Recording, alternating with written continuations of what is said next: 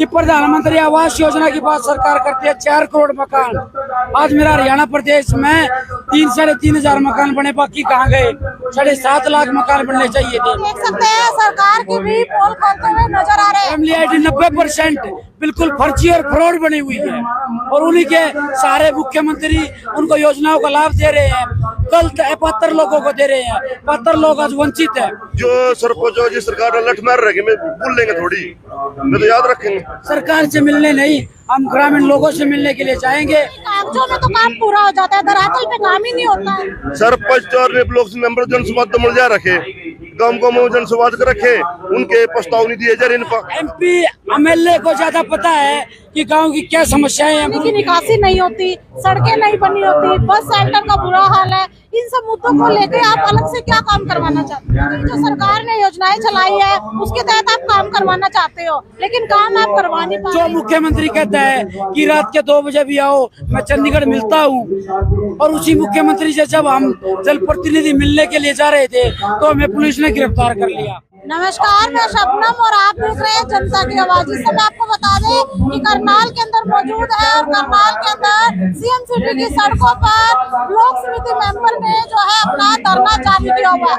आज आपको बता दें 4 दिन हो जाते हैं और पूरे हरियाणा के ब्लॉक समिति मेंबर जो है धरने पर बैठ चुके हैं। किन मांगों को लेकर बैठे हैं इनसे ही जानेंगे और अधिकारों की लड़ाई की ये बात कर रहे हैं, कौन से अधिकारों की लड़ाई की बात कर रहे हैं वो भी इनसे जानेंगे। जी सर, कौन से अधिकारों की लड़ाई की आप बात कर रहे हैं और किन मांगों को लेकर बैठे हुए हैं? देखिए, संवैधानिक अधिकार और जो 73वां संशोधन की 11वीं सूची में बहुत सारे अधिकार हैं। अकेला ब्लॉक समिति की बात नहीं है, पंचायतों को, ब्लॉक समिति, जिला परिषद, पंचायती राज संस्थाओं को ये अधिकार है, जिसमें स्वतंत्र काम करने का अधिकार, योजना बनाने का अधिकार, कि भाई गांव के लोगों की समस्याओं के साथ हम योजना बनाएं और उस पैसे को भी स्वतंत्र तरीके से खर्च करें। गांव की बात करें तो गांव के अंदर हम भी जाते हैं, समस्याएं बहुत ज्यादा है। तो ये सवाल हम सरकार से हम भी कर रहे हैं और आपने भी करना चाहिए कि प्रधानमंत्री आवास योजना की बात सरकार करती है 4 करोड़ मकान। आज मेरा हरियाणा प्रदेश में 3-3.5 मकान बने, बाकी कहाँ गए? 7.5 लाख मकान बनने चाहिए थे। आज छोटी छोटी समस्याओं के लिए फैमिली आईडी के लोग प्रशासन के चक्कर काट रहे हैं। उसको लागू ही क्यों किया था जब प्रशासन के चक्कर कटवाने थे? छोटी छोटी समस्याओं के लिए लोग परेशान है। हरियाणा की बात करें तो फैमिली आईडी के बिना कोई काम ही नहीं हो सकता। हरियाणा की बात करें, आपने बिल्कुल कहा कि फैमिली आईडी के बिना कोई काम नहीं होता, और फैमिली आईडी 90% बिल्कुल फर्जी और फ्रॉड बनी हुई है और उन्हीं के सारे मुख्यमंत्री उनको योजनाओं का लाभ दे रहे हैं, कल पात्र लोगों को दे रहे हैं। पात्र लोग आज वंचित है। जिस सरकार कहती है अंतिम वंचित तक पहुंचेंगे, आज अंतिम वंचित तक नहीं, जो सरकारी नुमाइंदे हैं, जो चालाक लोग हैं, उन तक लाभ पहुंच रहा है। गरीब आदमी में त्राहिमाम मचा पड़ा है। सरकार ने गरीबों के लिए योजनाएं तो बहुत चलाई है, लेकिन गरीबों तक क्या पहुंच पा रही है? बिल्कुल नहीं पहुंच पा रही। उन्हीं की पैरवी करने के लिए उन्हीं अधिकारों की बात हम कर रहे हैं कि हम ग्रामीण तबका लोगों के बीच में रहते हैं, उनकी समस्याएं हमने एकत्रित कर रखी है, सरकार तक पहुंचाना चाहते हैं, लेकिन सरकार झूठे वादे, झूठे पोस्टर बैनर में खर्च करके ये दिखाने की कोशिश कर रही है कि हम जनहितैषी हैं, लेकिन सब एक झूठ का पुलिंदा बनाए हुए है। उन्हीं अधिकारों के लिए हम सब यहाँ बैठे हैं कि हम योजनाएं और पात्र लोगों की एक सूची सरकार को देना चाहते हैं। चाहे मकानों की बात है, चाहे फैमिली आईडी की, चाहे BPL राशन कार्ड की, हमने एक सूची तैयार कर रखी है। लाखों परिवार ऐसे हैं, लेकिन सरकार उस पर बात नहीं करना चाहती। अभी हाल ही में करनाल के अंदर भी ब्लॉक समिति मेंबरों की जो है मीटिंग हुई थी, तो क्या कुछ निर्णय लिया गया? देखिए, कर्ण पार्क में हमारी प्रदेश स्तरीय मीटिंग हुई। इसका सबसे मेन कारण तो था कि हम रोहतक में CM साहब से मिलना चाहते थे। 1600-1500 साथी का एकत्रित थे। वहाँ से CM में हमें गिरफ्तार कर लिया गया। 500 साथियों को पिछले 14 जुलाई को गिरफ्तार कर लिया गया था।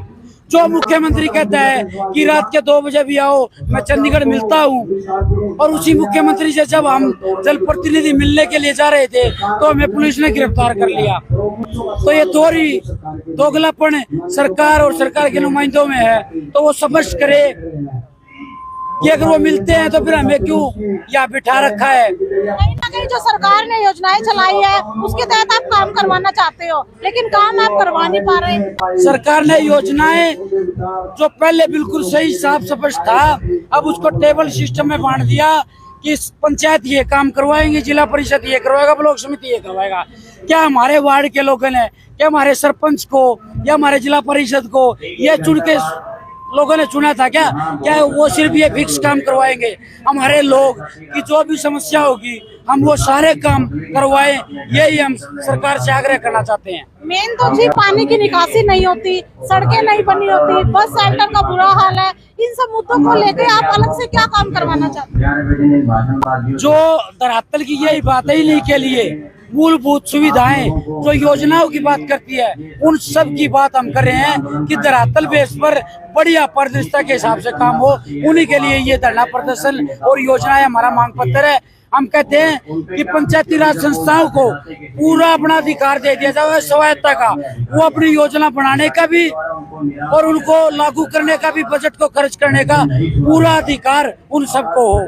सरकार तो सफाई के नाम पर हजारों करोड़ रुपए खर्च कर रही है, लेकिन गांव के अंदर सफाई नहीं देखी जाती, पानी की निकासी नहीं है। मेरे पास मैंने पंचायत मंत्री को बोला, सीएम साहब को बोला, हमारे ब्लॉक समिति मेंबर साहिबान ने अपने लेटर पैड में सूची तैयार कर रखी है।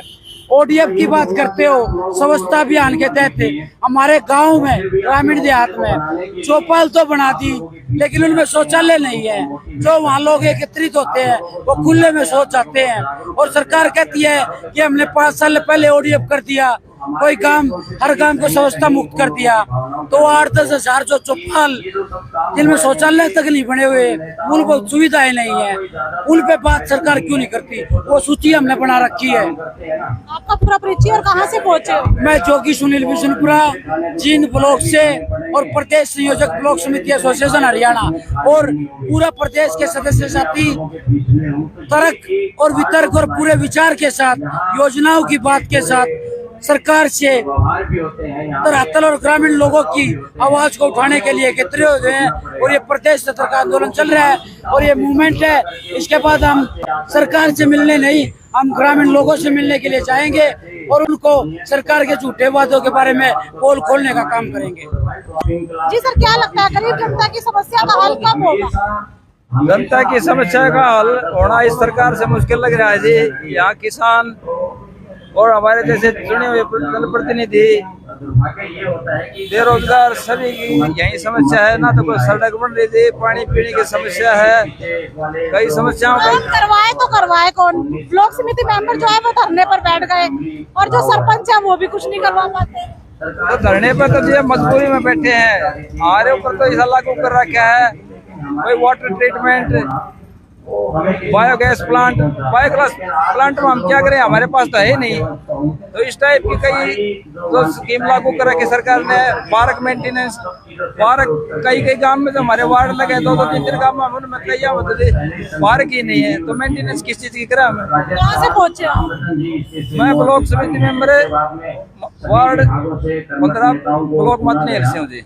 जी सर, क्या कहना चाहेंगे कि जिस तरह से जो है आज ब्लॉक समिति मेंबर जो है वो धरने पर है, और देखा जा रहा है कि कहीं ना कहीं गरीब जनता को कोई भी लाभ नहीं मिल पाता, कहीं आपसी गुटबाजी तो नहीं चल रही है सरपंच और ब्लॉक समिति मेंबर के? आज की स्थिति यह है, सरपंच और ब्लॉक समिति मेंबर चाहे तो धरने पे, चाहे घरों में, घर से बाहर निकला नहीं सरपंच और ब्लॉक समिति मेंबर। पब्लिक बोलती है ये काम करो, वो काम करो, और हमारे काम करने की पावर कुछ है नहीं। हम उन पब्लिक को डरते हुए अपने घर में अपनी बैठकों में रहते हैं, क्योंकि जैसे कि बाबा जी ने बताया था, ये प्रधानमंत्री आवास योजना, मेरे गांव में 50 आदमी की लिस्ट आई हुई है। ये क्या, ये 50 आदमी के मकान बनेंगे। हम जाते हैं दफ्तर में, ब्लॉक में भी लिस्ट आई कि ग्रांट पाओ, वो कहते पैसे नहीं, हमारे पास बजट ही नहीं है। सरपंच लोग दे फिर रहे, ब्लॉक से लोग दे फिर रहे, दोनों पे आपस कागजों में तो काम पूरा हो जाता है, धरातल पे काम ही नहीं होता है। सरपंच और ब्लॉक मेंबर जनसंवाद तो मुझे रखे, गाँव में जनसंवाद कर रखे, उनके प्रस्ताव नहीं दिए जा रहे इन पर, क्यों गाँव वाले तो दे विधायक मंत्री आओ, ये काम है। पब्लिक, ये सरकार सिर्फ पब्लिक को गुमराह करती है, पब्लिक को लारा लगती है कि ये इनको दिमाग दूसरी साइड कैसे जाए। तो क्या लगता है लगता है विधानसभा चुनाव भी है तो असर पड़ेगा? बिल्कुल पड़ेगा।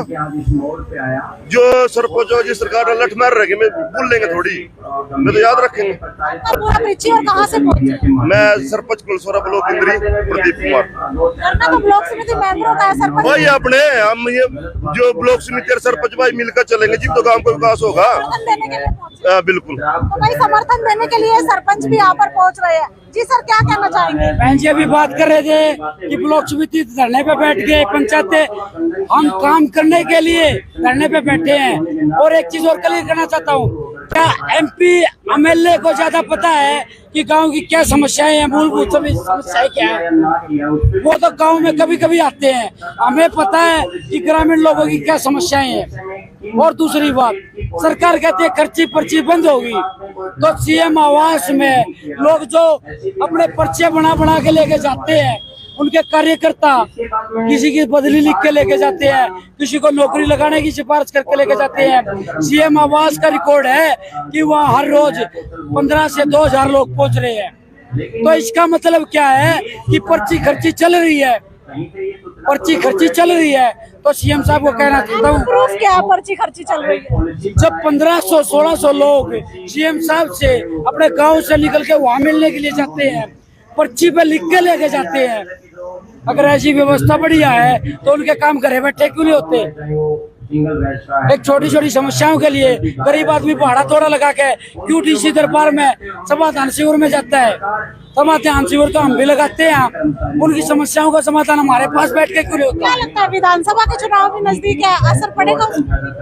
देखिए, हम तो एक जनप्रतिनिधि हैं, हम तो हमारी जनता का समर्थन करते हैं, उनकी मांगों का समर्थन करते हैं। हाँ, जनता का मन हम भाप चुके हैं कि उन्होंने मन बना रखा है कि वो अगर ये समय रहते सरकार को सूझबूझ नहीं आई तो वो अब की बार इनका सुपड़ा साफ कर देंगे। तो भाई देख सकते हैं सरकार की भी पोल खोलते हुए नजर आ रहे हैं। सरकार बड़े बड़े वायदे जरूर करती है और सरकार ये भी कहती है बिना खर्ची बिना पर्ची के काम होते हैं, बिना खर्ची बिना पर्ची के नौकरियां लगती है। लेकिन इनका कहना है कि बिना खर्ची बिना पर्ची के कोई काम होता ही नहीं है। बिना खर्ची बिना पर्ची के काम कैसे होगा? तो इनसे बातचीत भी की है। वीडियो को शेयर जरूर करते रहिए और कमेंट में अपनी राय भी जरूर दीजिएगा।